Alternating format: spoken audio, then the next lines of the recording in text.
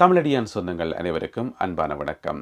இலங்கையினுடைய புதிய ஜனாதிபதி அனுரகுமார திசாநாயக்க ஒரு முக்கியமான கருத்தொன்றை சொல்லியிருக்கின்றார். முக்கியமான முடிவொன்றை எடுத்திருக்கின்றார். நான் ஏற்கனவே சொல்லியிருக்கிறேன், புதிய ஜனாதிபதி என்னென்ன எல்லாம் செய்ய போகிறார் என்பதை நாங்கள் பொறுத்திருந்து பார்க்கணும். அவருடைய நடவடிக்கைகள் எப்படி போகுதுன்றதை நாங்கள் பொறுத்திருந்து பார்க்கணும் என்று சொல்லி அதனுடைய ஒரு கட்டமாக ஒரு முக்கியமான முடிவை எடுத்திருக்கின்றார். அது என்னென்னு சொன்னால், இந்தியாவுக்கும் சைனாவுக்கும் இடையில் இருக்கக்கூடிய பிராந்திய போட்டிக்குள்ள நாங்கள் சிக்கிக்கொள்ள விரும்பவில்லை என்று சொல்லி முக்கியமான ஒரு கருத்தை சொல்லியிருக்கின்றார்.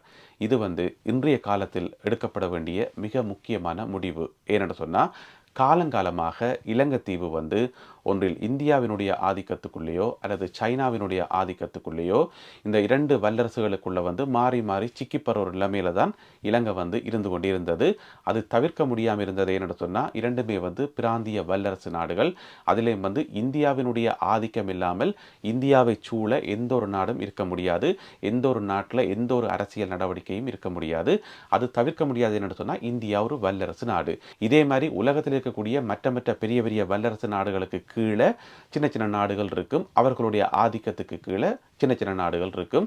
இது தவிர்க்க முடியாத ஒரு விஷயம். ஆனால் இதை நாங்கள் எப்படி கையாளுறோம் என்றதுல தான் எங்களுடைய எதிர்காலம் இருக்குது. நாங்கள் தப்பி பிழைக்கிறது இருக்குது.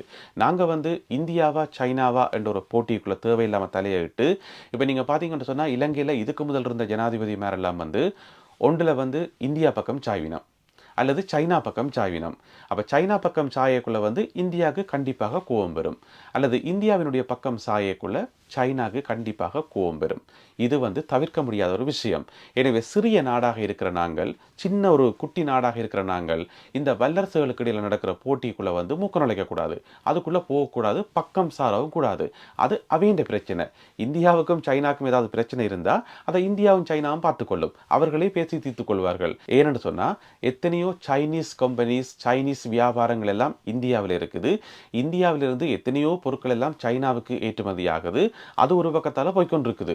எனவே அவர்களுக்கு இடையில வெளியில பார்க்கும்போது ஒரு விதமான போட்டியும் ஒரு விதமான ஒரு எதிர்நிலைமை இருந்தாலுமே கூட உள்ளுக்குள்ள நிறைய விஷயங்கள்ல எல்லாமே சுமூத்தாக தான் போய்கொண்டிருக்குது. எல்லாமே சுமூகமாக தான் போய்கொண்டிருக்குது. அப்படி இருக்கும்போது நாங்களே தேவையில்லாமல் இந்தியா பக்கமா சைனா பக்கமான்னு சொல்லி பக்கம் சாஞ்சு தேவையில்லாமல் எங்களுக்கு நாங்களே முதுகுல சூடு போடணும் அவசியமே இல்லை. எனவே இப்படியான ஒரு தெளிவான முடிவை புதிய ஜனாதிபதி அனுரகுமார திசாநாயக்கா எடுத்திருக்கிறது ஒரு வரவேற்கக்கூடிய நல்ல விஷயம். நீங்கள் கடந்த காலங்களில் பார்த்தீங்கன்னு சொன்னால், எல்லா ஜனாதிபதி மேருமே இந்த தவறு செய்திருக்கணும். ஒன்றில் அங்கால சாயிறது அல்லது இங்கால சாயிறது, அவற்றை கதையை கேட்கறது அல்லது இவற்றை கதையை கேட்கறது. இது எங்களுக்கு தேவையில்லாத விஷயம். எங்களுக்கு ரெண்டு நாடுகளுமே நட்பு நாடுகளாக இருக்கணும். எங்களுக்கு இரண்டு நாடுகளுமே முக்கியமான நாடுகளாக நாங்கள் இருக்கணும். அப்படியான ஒரு அரசியலை முன்னெடுத்து நாங்கள் இரண்டு நாடுகளிடமிருந்தும் எங்களுக்கு கிடைக்கக்கூடிய உதவிகளை வாங்கி எங்களுடைய நாட்டை எப்படி டெவலப் பண்ணலாம்னு தான் யோசிக்கணுமே தவிர, மற்றும்படி இவருக்கும் அவருக்கும் தேவையில்லாமல் வால் பிடிச்சு அல்லது இவருக்கும் அவருக்கும் தேவையில்லாமல் பக்கம் சாஞ்சு எங்களை நாங்களே கெடுத்துக்கொள்ள கூடாது. இதுதான் அடிப்படை அரசியல். எனவே அந்த ஒரு முடிவை எடுத்திருக்கிற அனுரகுமார திசாநாயக்கா அவர்கள் இதை அடுத்த கட்டம் நோக்கி எப்படி நகர்த்தி கொண்டு போகிறார், எவ்விதமாக இலங்கையை காப்பாற்றி இலங்கையை தனிய ஒரு இறைமை உள்ள தேசமாக கட்டி எழுப்புவார் என்றதை நாங்கள் பொறுத்திருந்து பார்க்கணும்.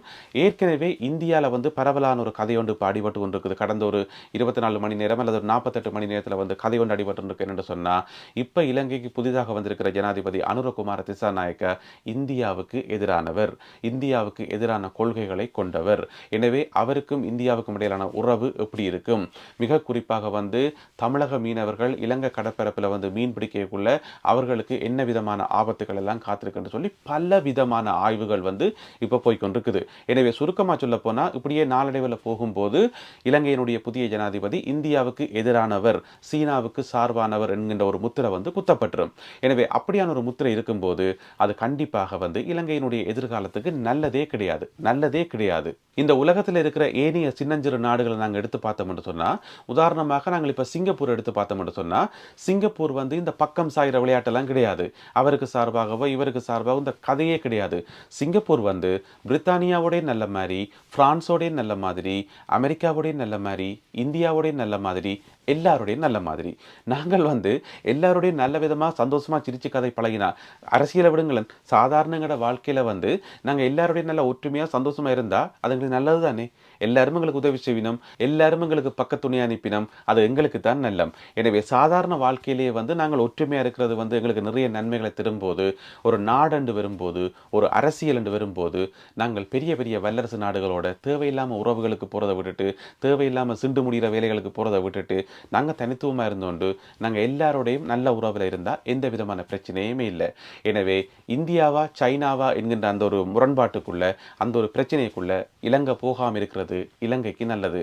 நான் உங்களுக்கு ஒரு சின்ன உதாரணம் சொல்கிறேன். இந்திய தூதுவர் சந்தோஷ் இருக்கார் தானே, அவர் இப்போ கொஞ்ச காலத்துக்கு முதல் யாழ்ப்பாணத்துக்கு போய் தமிழ் அரசியல் கட்சிகளுடைய தலைவர்களை சந்தித்து ஒரு இரவு டின்னர் ஒன்று கொடுத்தவர், ஒரு இரவு பார்ட்டி ஒன்று வச்சவர். அதில் எல்லா தமிழ் அரசியல் கட்சிகளையும் கூப்பிட்டு, அதனுடைய தலைவர்களை கூப்பிட்டு, அவர்களுக்கும் புதிய தூதுவருக்கும் இடையிலான ஒரு அறிமுக சந்திப்பாக அந்த பார்ட்டி இருந்தது. அந்த பார்ட்டியெல்லாம் நடந்து முடிஞ்சு வெளியில் பாராளுமன்ற உறுப்பினர் சுமந்திரன் அவர்கள் பேட்டி கொடுத்தவர் என்னென்னு சொன்னால், நாங்கள் இந்திய தூதுவரோட கதைச்சிருக்கிறோம். இந்திய தூதுவர் என்ன சொன்னவர் என்று சொன்னால், இலங்கையினுடைய வடக்கு கிழக்கில் சைனா கடல் அட்டை பண்ணைகள் எல்லாத்தையும் போட்டு கொண்டிருக்குது, நீங்கள் பார்த்து கொண்டிருக்கிறீர்கள், அதுக்கு எதிராக குரல் கொடுக்க மாட்டீங்களா என்று சொல்லி இந்திய தூதுவர் கேட்டவர். எனவே நாங்கள் இன்றையிலிருந்து சைனாவை எதிர்ப்போம், சைனாவுக்கு எதிராக குரல் கொடுப்போம், வடக்கு கிழக்கில் சைனா கடல் அட்டை பண்ண போடுறதை நாங்கள் எதிர்ப்போம், இந்தியாவுக்கு ஆதரவாக நிற்போம் என்று சொல்லி வெளியில் பேட்டி கொடுத்திருந்தவர். நான் மனசுக்குள்ளே நினைச்சேன் என்னென்னு சொன்னால், உங்களுக்கு ஏன் தேவையில்லாத வேலை. சீனா இலங்கையினுடைய வடக்கு கிழக்கில் கடல் அட்டை பண்ண போடுதுன்னு சொன்னால், அது இலங்கை அரசாங்கம் பெர்மிஷன் கொடுக்காம கொண்டு போடுமா? இல்லை. அப்போ இலங்கை அரசாங்கத்தினுடைய அனுமதியோடு தான் அது போடப்பட்டிருக்கும். அப்படி என்று சொன்னால் இந்தியா இலங்கை அரசாங்கத்தோடு தான் அதை டீல் பண்ணணும். இந்திய தூதுவர் சந்தோஷ் ஜா இலங்கையினுடைய அப்ப ஜனாதிபதியாக இருந்த ரணில் விக்ரமசிங்கவை பிடிச்சி கேட்டிருக்கணும், உங்களை யார் அனுமதி கொடுக்க சொன்னது வடக்கு கிழக்கில் சீனா கடல் அட்டை பண்ணியை போடுறதுக்குன்னு சொல்லி. எனவே அந்த பிரச்சனை அந்த மட்டத்தில் தீர்க்கப்பட வேண்டிய பிரச்சனைக்கு இவர் தேவையில்லாமல் போயிட்டு, இங்கே தமிழ் மக்களுக்கு ஏற்கனவே பிரச்சனை இருக்குது, நாங்களே சாப்பிட வழி இல்லாமல் இருக்கிறோம், எங்களுக்கு 1008 பிரச்சனை இருக்குது, எங்களுக்கான அரசியலை செய்கிறத விட்டுட்டு இந்தியா சார்பாக சீனாவை எதிர்ப்போம் என்று சொல்லி பேட்டி கொடுக்குறீங்கன்னு சொன்னால், உங்களோட நோக்கம் என்ன, உங்களுடைய சிந்தனை என்ன, உங்களுடைய மூளைகள் இருக்கிற விஷயங்கள் தான் என்னன்றது தெரியலை. ஆறாவது ஒரு ஆள் உசுப்பேத்தி விட்டால் உடனே அந்த உசுப்பேத்தலுக்கு ஆடுறதா? அதான் அரசியல். அதுக்கு பேர் அரசியலே கிடையாது. எனவே இந்தியாவுக்கும் சைனாக்கும் இடையில பிரச்சனை சொன்னால் அந்த ரெண்டு நாடுகளுமே பார்த்துக்கொள்ளும்.